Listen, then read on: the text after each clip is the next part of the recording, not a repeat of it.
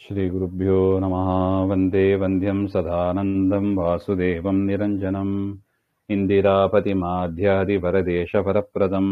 ಶ್ರೀಮದ್ವಾದಶ ಸ್ತೋತ್ರ, ಅಷ್ಟಮ ಸ್ತೋತ್ರದಲ್ಲಿ 6ನೇ ಶ್ಲೋಕ.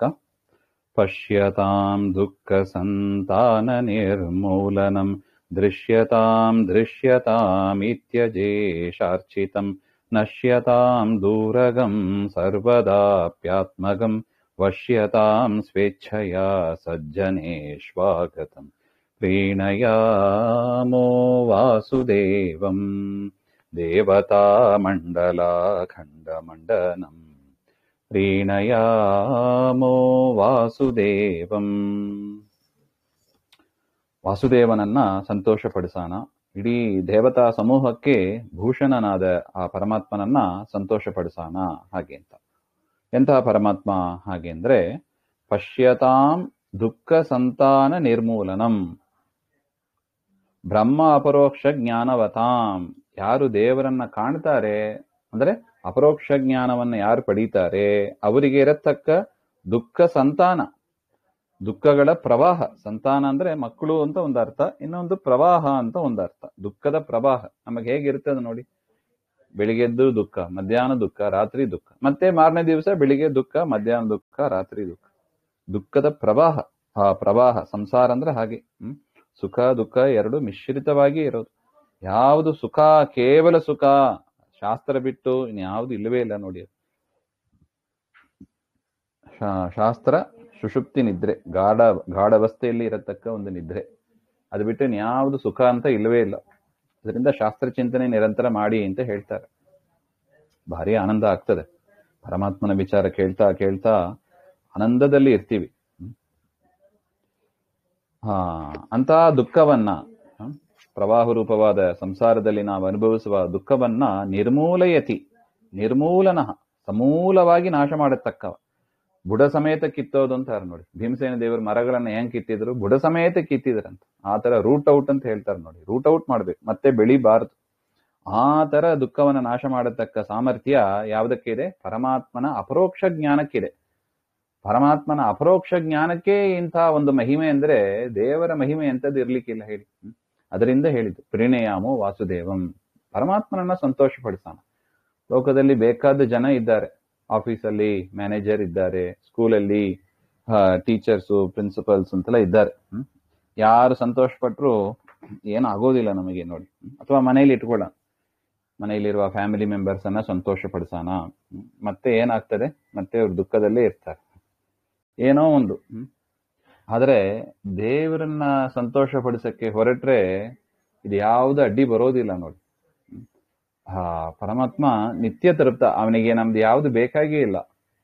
ಅಂಥವನನ್ನ ನಾವು ಸಂತೋಷ ಪಡಿಸುವ ಒಂದು ಪ್ರಯತ್ನ ಪಟ್ರೆ ನಮಗೆ ಅಪರೋಕ್ಷ ಜ್ಞಾನ ಆಗ್ತದೆ. ಆ ಅಪರೋಕ್ಷ ಜ್ಞಾನದಿಂದ ಎಲ್ಲಾ ದುಃಖವೂ ನಮಗೆ ಹೋಗ್ತದೆ, ನಮಗೆ ಬೆನಿಫಿಟ್ ಮತ್ತೆ. ಮತ್ತು ದೃಶ್ಯತಾಂ ದೃಶ್ಯತಾಂ ಇತಿ ಅಜೇಷಾರ್ಚಿತಂ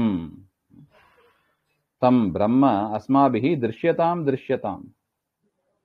ಅಜೇಷಾರ್ಚಿತಂ. ಅಜ ಅಂದ್ರೆ ಬ್ರಹ್ಮ, ಈಶಾ ಅಂದ್ರೆ ರುದ್ರ, ತಾಭ್ಯಾಂ ಅರ್ಚಿತಂ. ಬ್ರಹ್ಮರುದ್ರಾದಿಗಳಿಂದ ಅರ್ಚಿಸಲ್ಪಟ್ಟ ಆ ಪರಮಾತ್ಮನನ್ನ ದೃಶ್ಯತಾಂ ದೃಶ್ಯತಾಂ, ನೋಡ್ರಿ ನೋಡ್ರಿ ಅಂತಾರೆ ಆಚಾರ್ಯರು. ಎಷ್ಟು ಚಂದ ಇದೆ ನೋಡಿ. ಆದರ ಅತಿಶಯ ದ್ಯೋತನಾಯ ದ್ವಿರುಕ್ತಿ. ಪರಮಾತ್ಮನನ್ನ ಕಾಣುವುದರಲ್ಲಿ ನಮಗೇನಿರ್ಬೇಕು? ಆದರ ಇರಬೇಕು. ಅದರಿಂದ ಏನ್ ಹೇಳ್ತಾರೆ? ದೃಶ್ಯತಾಂ. 2 ಬಾರಿ ಯಾಕೆ ಹೇಳಿದರು? 1 ಬಾರಿ ಹೇಳಿದ್ರೆ ಸಾಲದೆ. ಹಾಗೆಂದ್ರೆ ಆದರ ದ್ವಿರುಕ್ತಿ. ಮನೆಗೆ ಯಾರೋ ಒಬ್ರು ಬರ್ತಾರೆ, ಬನ್ನಿ ಅಂತ ಹೇಳಿ ನಾವು ಅಷ್ಟೇ ಬಿಡೋದಿಲ್ಲ ನೋಡಿ. ಓ ಬನ್ನಿ ಬನ್ನಿ ಅಂತ ಹೇಳ್ತೀವಿ ನೋಡಿ. ಆ ತರ ಆದರ. ಆದರ ಅತಿಶಯ. ದೇವರಲ್ಲಿ ಅತಿಶಯ ಅಂದ್ರೆ ಬೇರೆಯವರಲ್ಲಿ ಇಲ್ಲದೇ ಇರುವ ಒಂದು ಗುಣ, ಅತಿಶಯ ದೇವರಲ್ಲಿ ಇದೆ. ಅದರಿಂದ ಅವನನ್ನ ನೋಡ್ರಿ ನೋಡ್ರಿ ಅಂತ.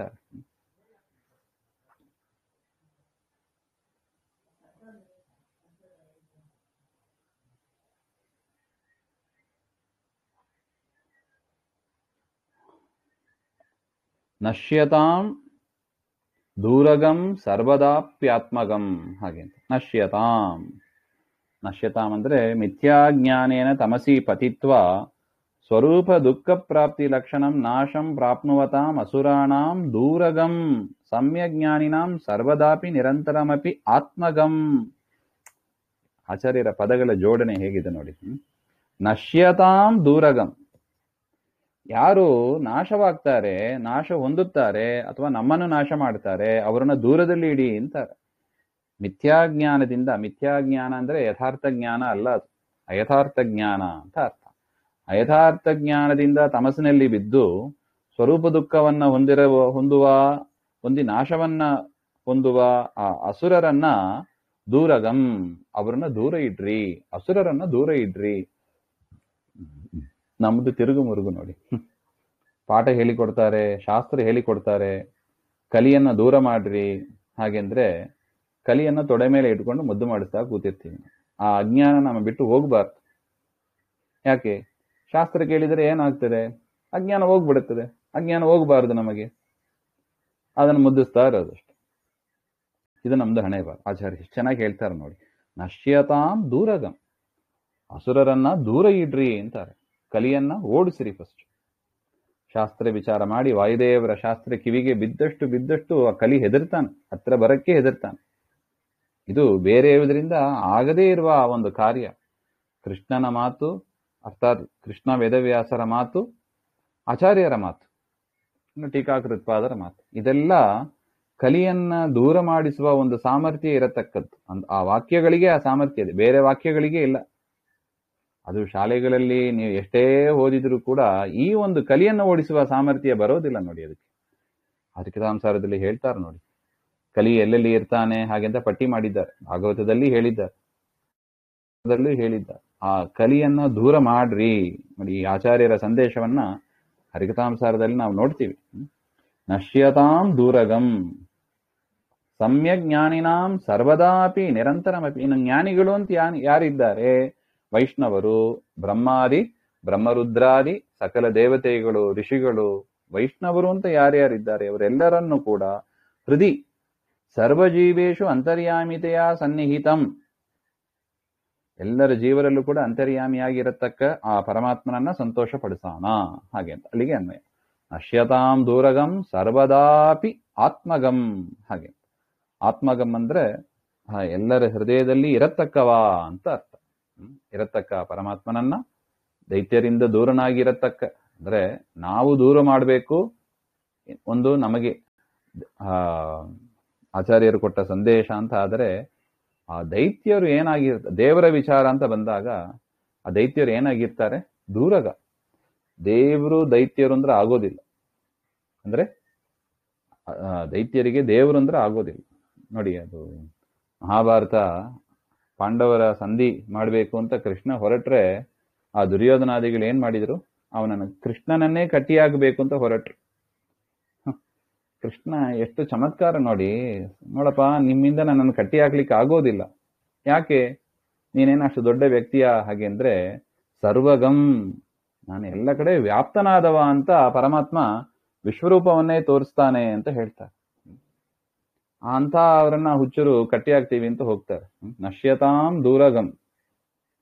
ಅದಕ್ಕೆ ಅವ್ರಿಗೆ ತಮಸಲ್ಲಿ ಬೀಳೋದು. ದೇವರನ್ನ ದ್ವೇಷ ಮಾಡಿ, ದೇವರ ವಿರೋಧ ಮಾಡಿ, ಸಚ್ಚಾಸ್ತ್ರಗಳ ವೈಷ್ಣವರ ವಿರೋಧ ಮಾಡಿ ಅದು ಹೋಗೋದೇ ತಮಸ್ಸಿಗೆ. ಅವರನ್ನ ದೂರ ಇಟ್ಟು ಸಜ್ಜನರ ಹೃದಯದಲ್ಲಿ ಸದಾ ದೇವರನ್ನೇ ಸ್ಮರಿಸಿಕೊಂಡಿರ್ತಾರೆ ನೋಡಿ ಸಜ್ಜನರು. ಅಂತಹ ಪರಮಾತ್ಮನನ್ನ ಸಂತೋಷ ಪಡಿಸೋಣ ಅಂತ ಅಲ್ಲಿಗೆ ಅನ್ವಯ. ವಶ್ಯತಾಂ ಸ್ವೇಚ್ಛಯ, ಎಲ್ಲರನ್ನು ಕೂಡ ತನ್ನ ವಶದಿಂದ, ತನ್ನ ವಶದಲ್ಲಿ ಇಟ್ಟುಕೊಂಡಿರುವವ. ಸಜ್ಜನೇಶು ಅಂದ್ರೆ ಪಾಂಡವಾದಿಷು. ಪಾಂಡವಾದಿಷು ಸ್ವೇಚ್ಛೆಯ ವಶ್ಯತಾಂ ಅಧೀನತಾಂ ಆಗತಂ. ನಾನು ಎಂದಿಗೂ ಕೂಡ ಭಕ್ತರ ವಶದಲ್ಲಿ ಇರ್ತೇನೆ ಅಂತ ಪಾಂಡವರ ಜೊತೆಗೇನೆ ಕೃಷ್ಣ ಇದ್ದ ನೋಡಿ. ಆಚಾರ್ಯರು ಸ್ಮರಿಸಿಕೊಳ್ತಾರೆ. ಯಾಕೆ? ಹಿಂದೆ ಭೀಮನಾಗಿ ತಾವಿದ್ದು ಅನುಗ್ರಹ ಮಾಡಿದ್ದು. ಸಜ್ಜನೇಶು ಪಾಂಡವಾದಿಷು ಸ್ವೇಚ್ಛೆಯ ವಶ್ಯತಾಂ ಅಧೀನತಾಂ ಆಗತಂ ಉಪಯಾತಂ. ಪಾಂಡವರ ಹತ್ರ ಓಡಿ ಬರ್ತಾನಂತೆ ದೇವರು. ಭಕ್ತರು ಕರೆದರೆ ಬರ್ತಾನೆ. ಅಂಥ ಪರಮಾತ್ಮನನ್ನ ಸಂತೋಷ ಪಡಿಸೋಣ. ನಾವು ಕರೆದರೆ ಮಕ್ಕಳೇ ಬರೋದಿಲ್ಲ ನೋಡಿ, ಎಲ್ಲೆಲ್ಲೋ ಹೋಗಿರ್ತಾರೆ. ಏನಾರೊಂದು ಅವಸರ ಆತಂಕ ಕರಿತೀವಿ, ಬರೋದಿಲ್ಲ. ಪಾಪ ಅವ್ರದ್ದು ಲಿಮಿಟೆಡ್, ಅವ್ರದ್ದು ಎಲ್ಲರೂ ಲಿಮಿಟೆಡೇ. ದ್ರೌಪದಿ ದೇವಿ ಕರೆದಾಗಲೂ ಬಂದವ ಯಾರು ಹೇಳಿ? ಕೃಷ್ಣ. ನಾವು ಅವನ ಕರೆಯಕ್ಕೆ ಹೋಗೋದಿಲ್ಲ. ನಮಗೇನಿದ್ರು ನಮಗೆ ಗೊತ್ತಿದ್ದವರೇ ಬರ್ಬೇಕಷ್ಟೆ. ದೇವರು ಗೊತ್ತಿಲ್ಲ, ಅದರಿಂದ ದೇವರನ್ನ ಕರೆಯೋದೇ ಇಲ್ಲ. ಹಂಗಾಗಬಾರ್ದು ಅಂತಾರೆ ನೋಡಿ. ದ್ರೌಪದಿ ದೇವಿ ಕರೆದ ಕೂಡ್ಲೇ ಬಂದ ನೋಡಿ. ಗಜೇಂದ್ರ ಆನೆ ಕರೆದ ಕೂಡ್ಲೇ ಬಂದ ನೋಡಿ. ಪಾಂಡವರು ಕರೆದ ಕೂಡ್ಲೇ ಬಂದ್ಬಿಟ್ಟ ನೋಡಿ. ಪಶ್ಯತಾಂ ಆಗತಂ ಹಾಗೆ ಅಂತ. ಅಂತಹ ಪರಮಾತ್ಮ, ಅದಕ್ಕೆ ಪರಮಾತ್ಮನನ್ನ ಸಂತೋಷ ಪಡಿಸೋಣ ಅಂತ. ಬೇರೆ ಯಾರನ್ನ ಸಂತೋಷ ಪಡಿಸ್ಲಿಕ್ಕೆ ಆಗೋದಿಲ್ಲ. ಪ್ರೀಣಯಾಮೋ ವಾಸುದೇವಂ. ನೀವೇನು ಸಣ್ಣದು ಮಾಡಿದ್ರು ಕೂಡ ಸಂತೃಪ್ತನಾಗ್ತಾನೆ. ನಮ್ಮ ಹತ್ರ 10 ರೂಪಾಯಿ ಇತ್ತು, ಬೇಡ 5 ರೂಪಾಯಿ ಇತ್ತು, 1 ರೂಪಾಯಿ ಇತ್ತು, ಆ 1 ರೂಪಾಯಿ ಕೊಟ್ಟರು ಸಂತೋಷ ಪಡ್ತಾನೆ ದೇವ್ರು.